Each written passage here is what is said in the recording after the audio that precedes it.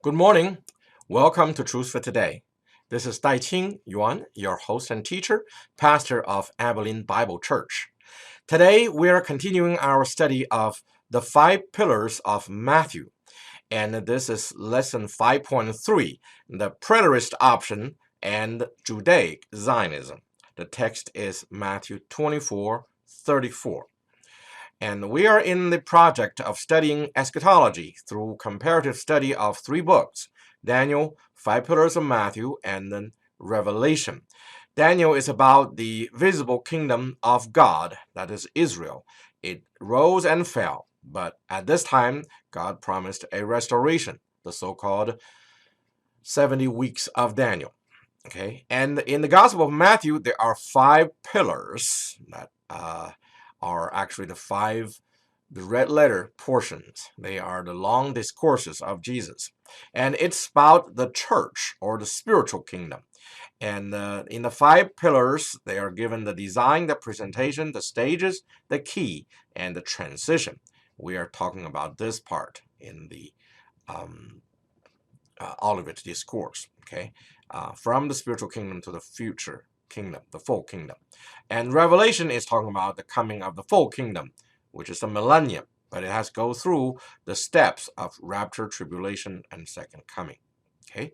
And we have the general picture, the progression of the spiritual kingdom of God, and there is a um, fuzzy kingdom from creation to Abraham, visible kingdom from Abraham to Christ, and the spiritual kingdom from Christ to his second coming, and the full kingdom or the millennium from Christ's second coming to the last judgment, great white throne judgment. Okay, so the general picture is that the people of God, about every 500 years, there's a significant person, and then it takes about 1,000 years for their influence to rise to the top, and then it drops to the bottom in about 500 years. And then the next 500 is for the restoration. But before it's finished, the state was lifted. So we have Adam, Enoch, Methuselah, and Noah as the first four significant people in the fuzzy kingdom. And you have Abraham, Moses, David, and Daniel as the four significant people in the visible kingdom. And you have Jesus from Jesus and on. And you have Gregory the First, who invented Catholicism. Innocent the Third, who was at the top of the world in terms of power for the church. And Martin Luther, who started the Reformation. So these are the significant people. And the church had the Universal Church, the Orthodox Church, the Catholic Church, and the Protestant Church. Okay, actually, the Orthodox Church prototype was a Christian Roman Empire. It was earlier than the Catholic Church. Okay, who started from Gregory the First. Okay, and of course, Protestants start from Luther.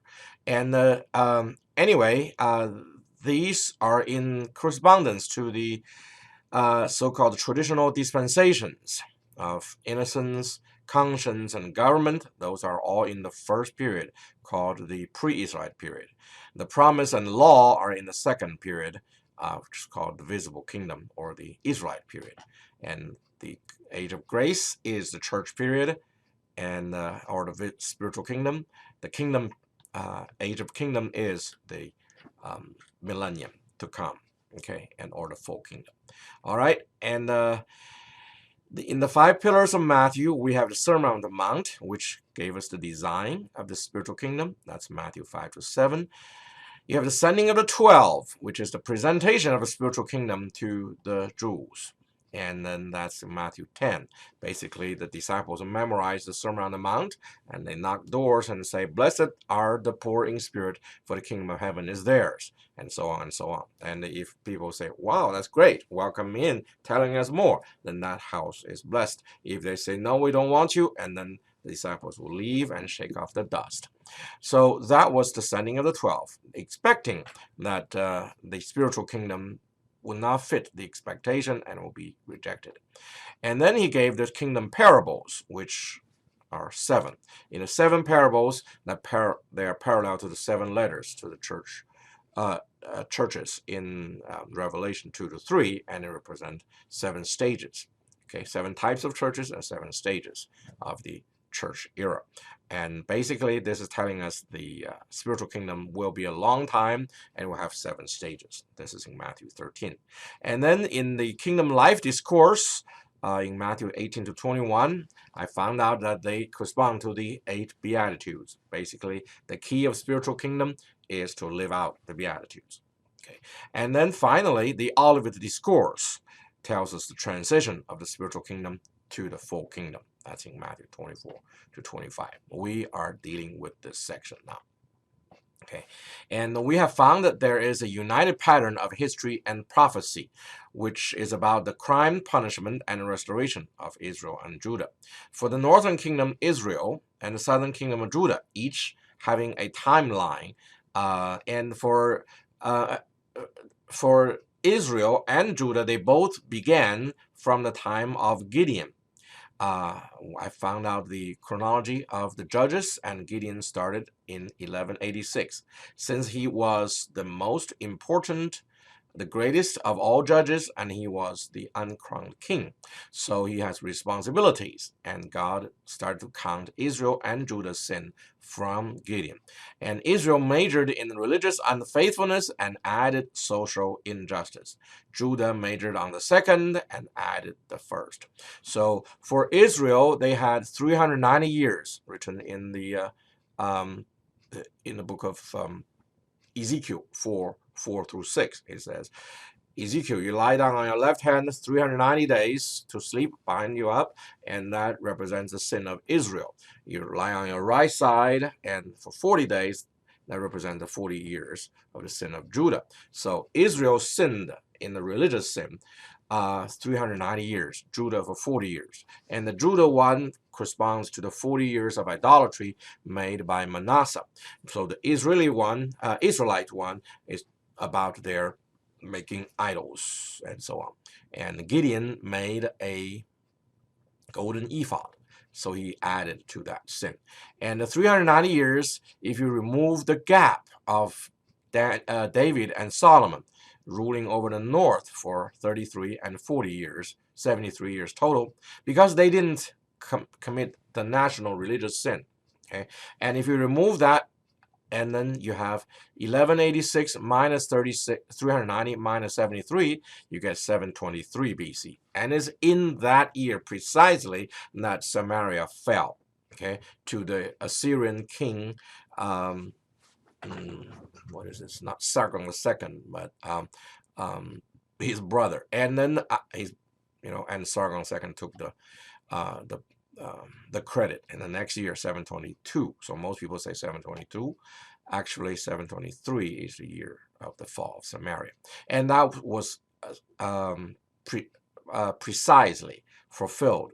And then for Judah, their social injustice is in not doing the sabbatical years.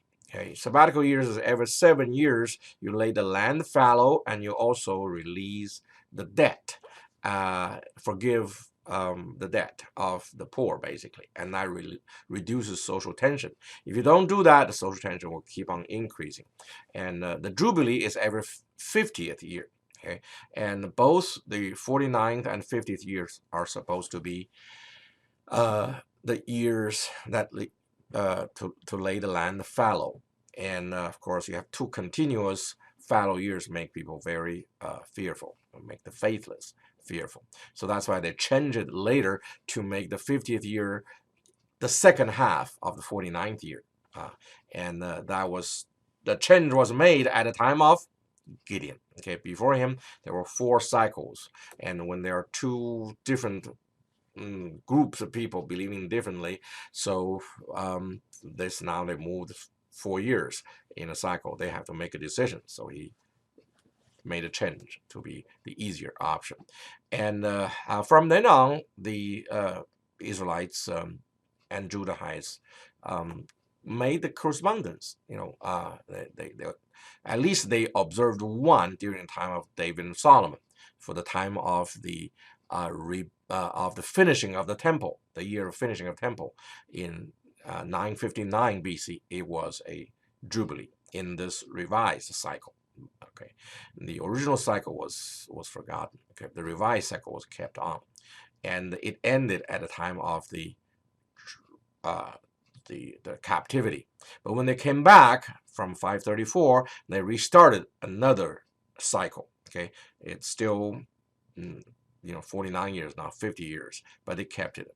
Um, there are several um, years of famine which happened in the year after the sabbatical year, and there have been about a dozen of them recorded by Josephus, and then they all match um, with the year after the sabbatical year, okay, and including the fall of the temple in year 70. Okay, 69 was a sabbatical year, 70 was a year after the sabbatical year.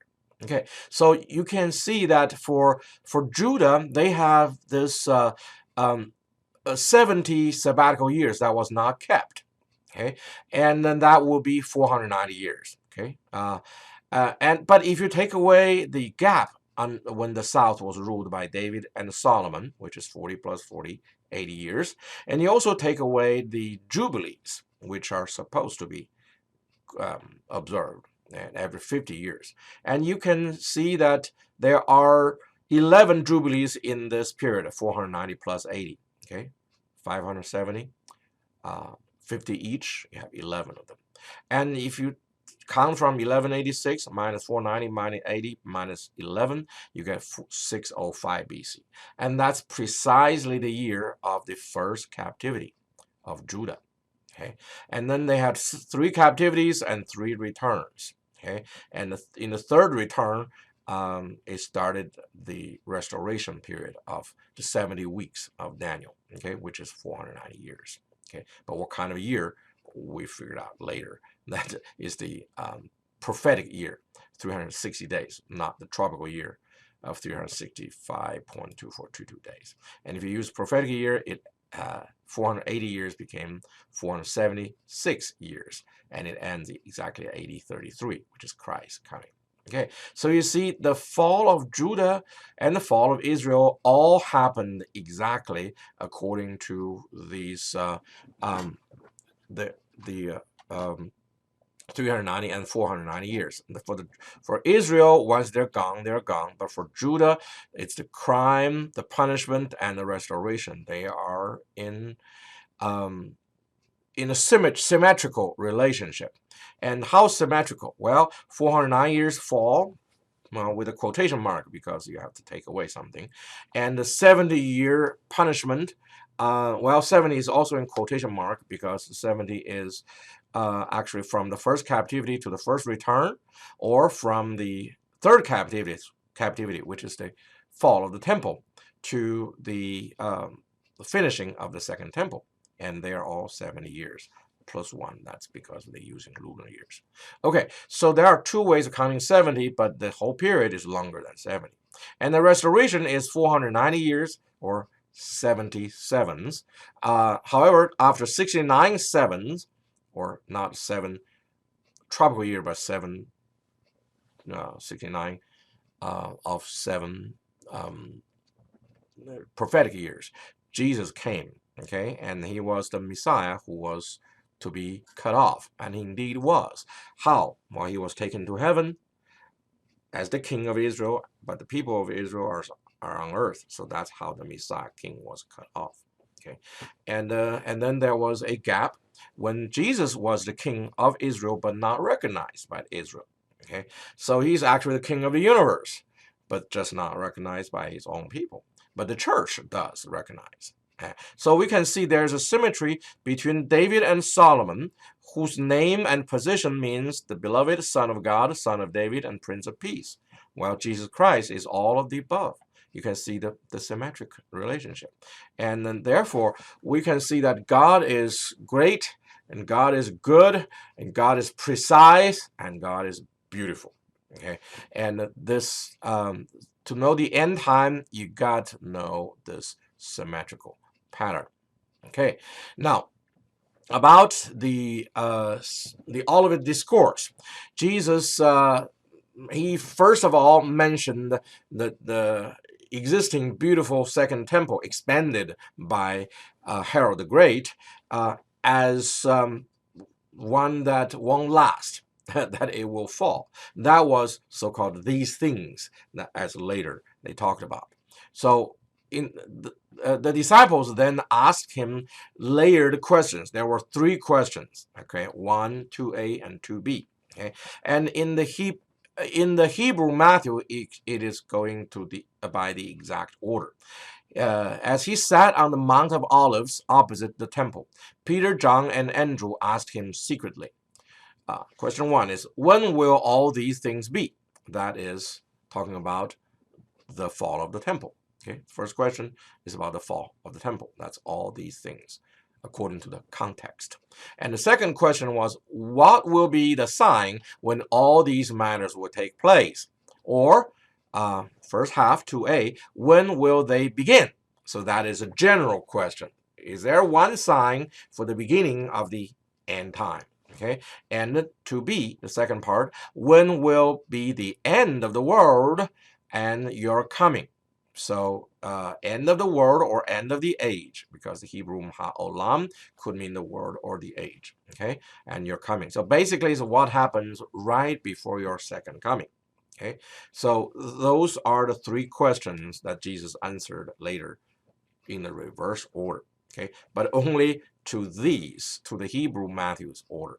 In the Greek Matthew, it reversed the 2-letter questions. It says, as he was sitting on the Mount of Olives, the disciples came to him privately, saying, tell us, when will these things happen? That's question 1. This is the same. And question 2b, what will be the sign of your coming? Which is 2b, and it was said first. And of the end of the age. Okay, and this can be understood as the end of the church age. So a general sign for the beginning of the end time. Okay, and in Mark, it combined the 2 latter questions, as was in Luke. As he was sitting on the Mount of Olives opposite the temple, Peter and James and John and Andrew were questioning him privately. Tell us, number 1, when will these things be? And number 2, what will be the sign when all these things are going to be fulfilled? Okay. And in Luke, it said they questioned him, saying, teacher, when therefore will these things happen? And what will be the sign when these things are about to take place? You see, they all combined the latter 2 questions into one. Okay, and Jesus' answer was in a chiastic way, X shape. Okay, chiastic way. It's a typical way of in the ancient literature to make a like a quotation mark to form a unit. Okay, so it goes 1, 2, 3, and 3, 2, 1. Okay, starting from the latest question and then extending back to the earliest. Okay, so the disciples in effect asked Jesus 3 questions. Q1 is, when will these things be? That is the fall of Second Temple. And Q2 is, what is the sign of the beginning of the end time?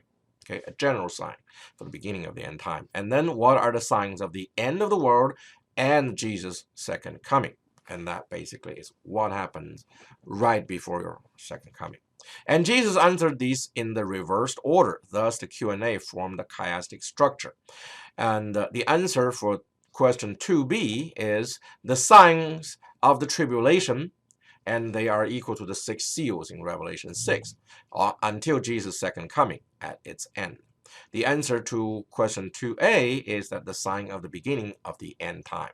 And he mentioned the revival of the fig tree. Okay, he just cursed a fig tree 2 days ago in the because this was done on Wednesday evening of the Passion Week, and on Monday he cursed a tree, and on Tuesday the tree withered. Okay, so on Wednesday he said the revival of the fig tree would be the beginning of the end time.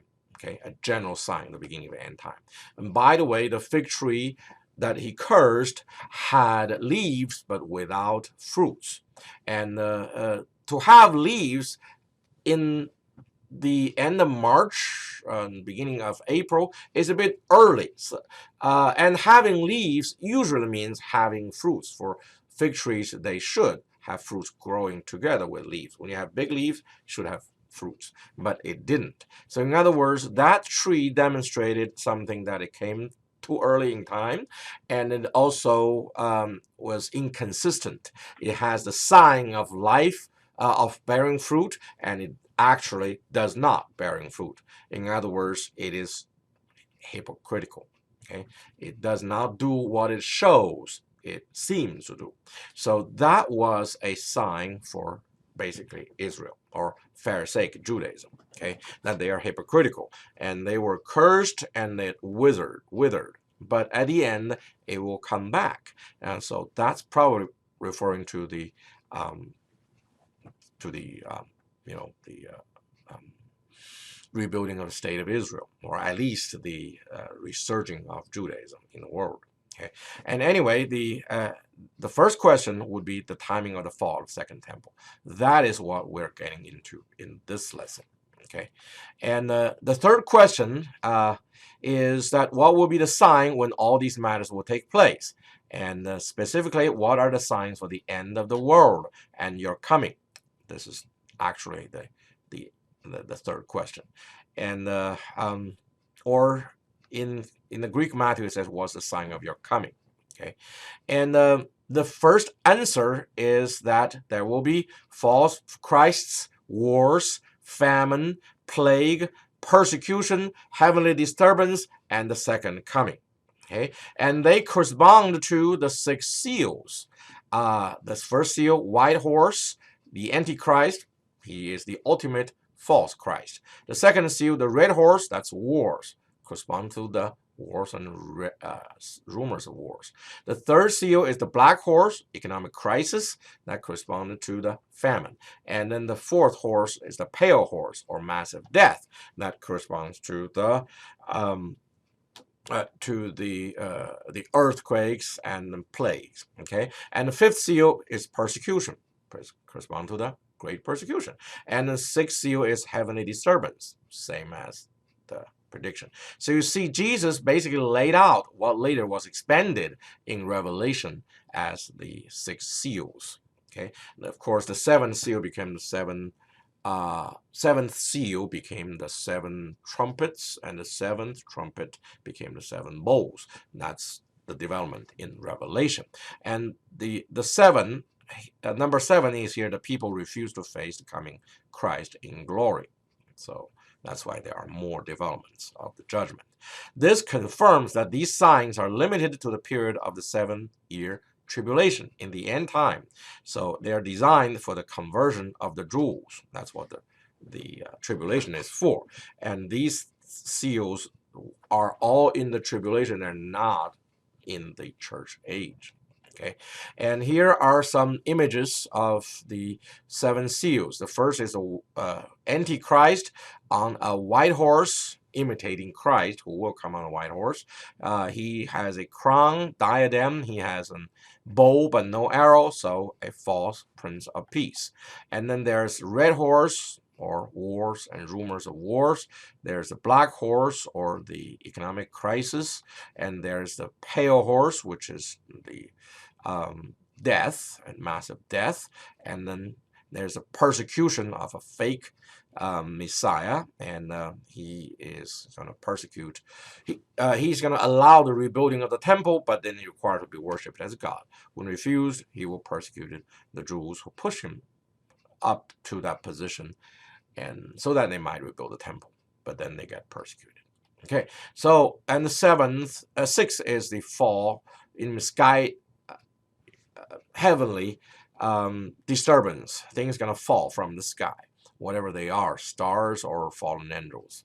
And then finally, the seventh thing is about the second coming of Christ, who will ride a white horse, and he will wear red and with a diadem. Okay, the red means the blood. Okay, that the saints will shed. Okay, now the second question is, what will be the sign when all these matters will take place? Okay, or when will they begin? Okay, or what is the sign for the beginning of the end time, basically? Okay, in the Greek Matthew, it says, what's the sign of the end of the age, or end of the church age, which is the beginning of the end time. Okay, and Jesus answered them, saying, "From the fig tree learn the parable. When you see the branches and leaves sprouting, know that he is near to the gate." Okay, and that's in the Hebrew Matthew, in Greek Matthew. Now, learn the parable from the fig tree. When its branch has already become tender and puts forth its leaves, you know that summer is near. So you too, when you see all these things, recognize that he is near, right at the door. Okay, and then we have the Mark and the Luke, basically similar. Okay, and now finally you go to the first question: when will all these things be? Or tell us, when will these things happen? Okay, and these things, that is the fall of the second temple, which Jesus just predicted in the pretext. And the third answer is for the first question. Truly I say to you, this generation will not pass away until all these things shall be done. Okay, this generation will not pass away means Jesus predicted that the second temple would fall within the time of one generation. But what is one generation? Well, we have to learn from history. And anyway, next time we will meet and we'll talk about the general structure and one generation. May God bless His word.